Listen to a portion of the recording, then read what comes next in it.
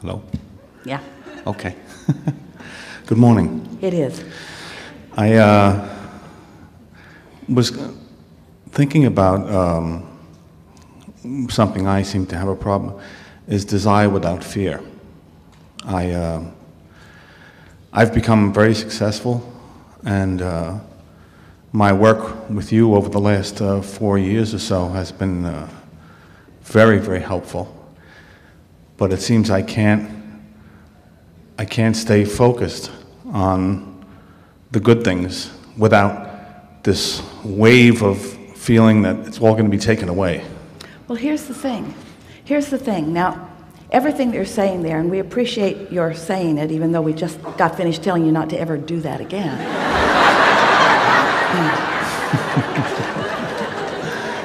Because as you keep that vibration active within you by noticing that.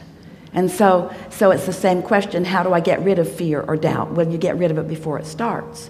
So what you do is you start the next day appreciating where you are. You start the next day through slowly appreciating by focusing upon things that don't activate that contradictory vibration. And when you feel that contradictory vibration beginning to rise within you, don't put words to it, because it would peter out. His name is Peter, and he wants us to stop saying that. Does anyone have a better expression? It would dwindle away. It would fade. It would fade. It would peter out is the very best word that we have. It would, as you stop adding momentum to something, eventually it stops being. And so it's the conversation like this that keep that vibration active, and that vibration is what you're feeling. So many people think that, well, they need to get to the root of the fear, and they need to solve it. And maybe you could talk yourself into realizing that those fears are irrational, but that's sort of a slippery slope, because when you begin talking about irrational fears, because you're focused upon the very thing that is causing the fear, then law of attraction brings you more evidence, more conversation, more mental images about the fact that it is not so irrational, because you remember that happening, and you remember that happening, and you remember that happening. So perhaps this will be helpful to you. Every subject is two subjects. It's like picking up a stick, that on one end of the stick is what is wanted, and on the other end of the stick is the absence of what is wanted. And so when you think about the success that you want, so you pick up this stick called success, depending upon what you've got going on vibrationally, you could activate one end of the stick or the other. You almost have to focus yourself. We started to say isolate yourself, but we don't like that word or even that image. Focus yourself so predominantly on the things that are working that they just crowd out any images of the things that aren't working, just for lack of airtime, because you are the broadcaster of your vibration. And if you're broadcasting about things that you appreciate, you cannot in that same moment be broadcasting about things that you're worried about. So it really is about you tipping the balance of the scale by being clear about what you want to think about.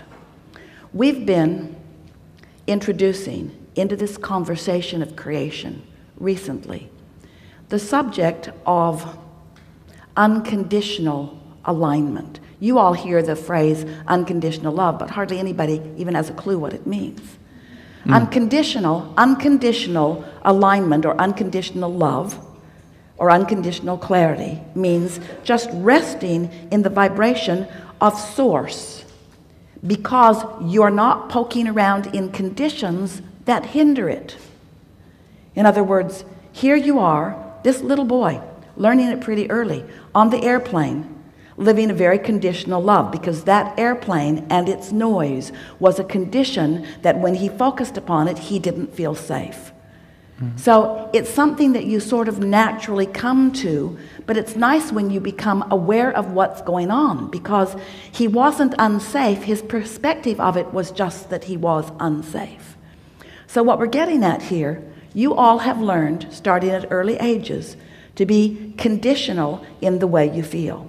If the market is doing really well, you feel more secure. If things are unstable, you feel less secure. In other words, almost everyone offers the majority of their vibrational output. And you have a sort of a handle on what we mean by that, what you're emitting because of what you're thinking. Almost everyone offers the vibrational output that they are offering based upon what they are observing. Mm-hmm. And the thing that is so crazy about that is that what you're observing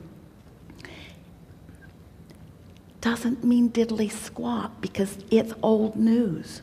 What you're observing already manifested. And if you're a creator, don't you want to be focused upon what you're creating rather than, that'd be like having a big gallery of art. Oh, it's magnificent. You've been working on it for years, and it's in a gallery, and you've got your paint palette and your brush, and you're walking around just continuing to touch things up. You don't do that. In other words, get out a new canvas and paint something new. And so we want you to realize that what's going on is that you are observing, we love you very much, sloppily. Mm-hmm. You're whatever is observable, you're observing. But if you'll start with an intention when you go to bed tonight, when I sleep, all momentum is going to stop. And when I get up in the morning, the momentum that will be started naturally is that pure, positive momentum. The moment that you wake up, you're a perfect match to the source within you and everything that's in your vortex. You are. For that long. You're there. And then you begin to think and talk to others. But if when you awaken, you acknowledge that you're there, and you appreciate that you are there, and you feel the newness of this day, and you reach for soft, general, simple thoughts that don't challenge your alignment, just long enough that momentum gets going, you can get into a role of appreciation pretty soon. And before long, we're talking about a few days or weeks, you will have changed the balance of your point of attraction so significantly that you will acknowledge how good you feel. We want you to walk around in this world knowing that all is well with you. Knowing that, think about it, friends. Did you look outside today? Or did you sleep in your chair here? You cannot deny the beauty of this planet. The spinning of it in its orbit. That's for you. That's for you. The water is tended to on this planet. That's for you. The life in the plants. No new trees are being trucked in from other planets. Your planet is being sustained by energy and focus. The well-being is enormous. So when you find those things to focus on, just acknowledge the well-being that, now that may not be the best subject because you've got so many people beating the drum of global this and global that. We'd like you to start thinking more universally. We'd like you to accept the perfection of this universe, the perfection of creation. We want you to focus on the source within you. We want you to acknowledge that you're here to conceive of improvement, and you do it all day, every day. So when billions of you watch television and find things to worry about, you put a request in the vortex that source is on right away. And when we say when you ask it is given, we're not making it up. It is. When you ask, it is given. But you're the ones that have to tend to the manifestation of it. You have to make what's been given a reality, which means you've got to find a way to perceive what has been given. And if you're just looking at what has already come to fruition, the good and the bad and the ugly, the wanted and the unwanted, then you've got a vibrational pattern going on within you that causes you sometimes to feel good and sometimes to feel bad, but you have no control because you're sloppy in your perspective. You got to care about the way you feel enough that you tune yourself to words and emotions, to feelings that feel good. So after having a few of these discussions about unconditional love, unconditional alignment, unconditional clarity, Esther is sitting on her porch in Texas looking out at beautiful things in a heightened state of appreciation.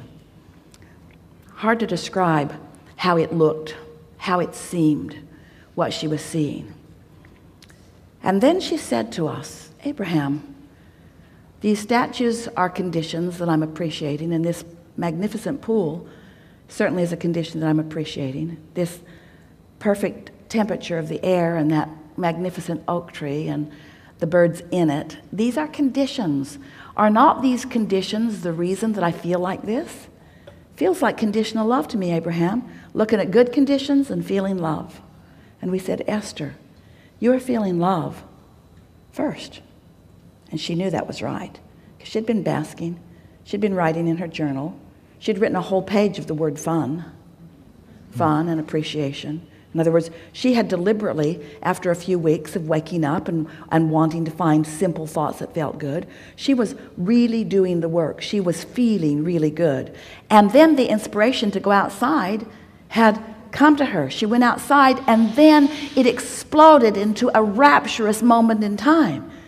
We said, feel the difference between accomplishing vibrational alignment and then. So the appreciation was inspired. Now here's what we're saying to you.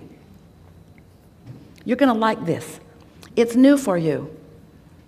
And even if you're new to this, this is going to make perfect sense to you in the stream of what we've been talking about here. So picture this vortex that we're talking about, and just accept with us for a minute that everything that you want is in it, and that your inner being is too. That you have created a vibrational version of the expanded you, and everything you want, the money you want, the relationships you want, the interesting things to focus your life on that you want, enterprises, everything that you want, material objects, everything that you want, physical characteristics in yourself and others, everything that you want is in this vortex. So now you want to figure out how to allow what's in the vortex to flow into your experience. And what's in the vortex is vibrating at a very high, fast frequency, which means if you're not up to speed with it, you're not going to translate it. So these vibrations are going to turn to manifestations for you only when your frequency matches that. You get what we're talking about? So picture a cork floating on the surface of the water, and let's call that high, pure vibration.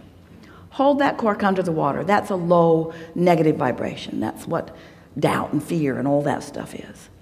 But when you focus away, when you stop focusing on whatever has got you feeling like that, your cork will bob right back to the surface. That's your natural state of being. That's why first thing in the morning you're more likely to be there. So all of these things that are in your vortex are making their way, usually without your cooperation, into your experience. They're coming to you through the path of least resistance. Can you hear that? Mm-hmm. The thoughts are turning to things through the path of least resistance. You're not helping all that much, because you keep saying, I have fear, I have doubt. I'm worried about this, I'm worried about that. So you keep conjuring more resistance. You don't mean to, but you keep doing it. But Source keeps offering to you through the path of least resistance. And that's why we say you allow yourself to eke out small, minuscule parts of what is available to you because you're sloppy with your thinking. And the reason that you're sloppy with your thinking is because you don't care enough how you feel. And the reason you don't care enough how you feel is because others have convinced you it's not right for you to feel good all the time, you selfish person. You think the world just revolves around you, they say to you, and we say, yes, yes, it does. Yes, yes, it does. Yes, it does. It does. Take care of the way you feel. They'll say, don't you dare be selfish. And what they mean is, don't you be selfish. I'm the one being selfish, which means you got to do what I want you to do. And we want you to understand, you got to find some way of making your energy work for you. You've got to find some way of aligning yourself with you. You've got to find some way. And we've offered processes and processes and processes. All of them help a little bit.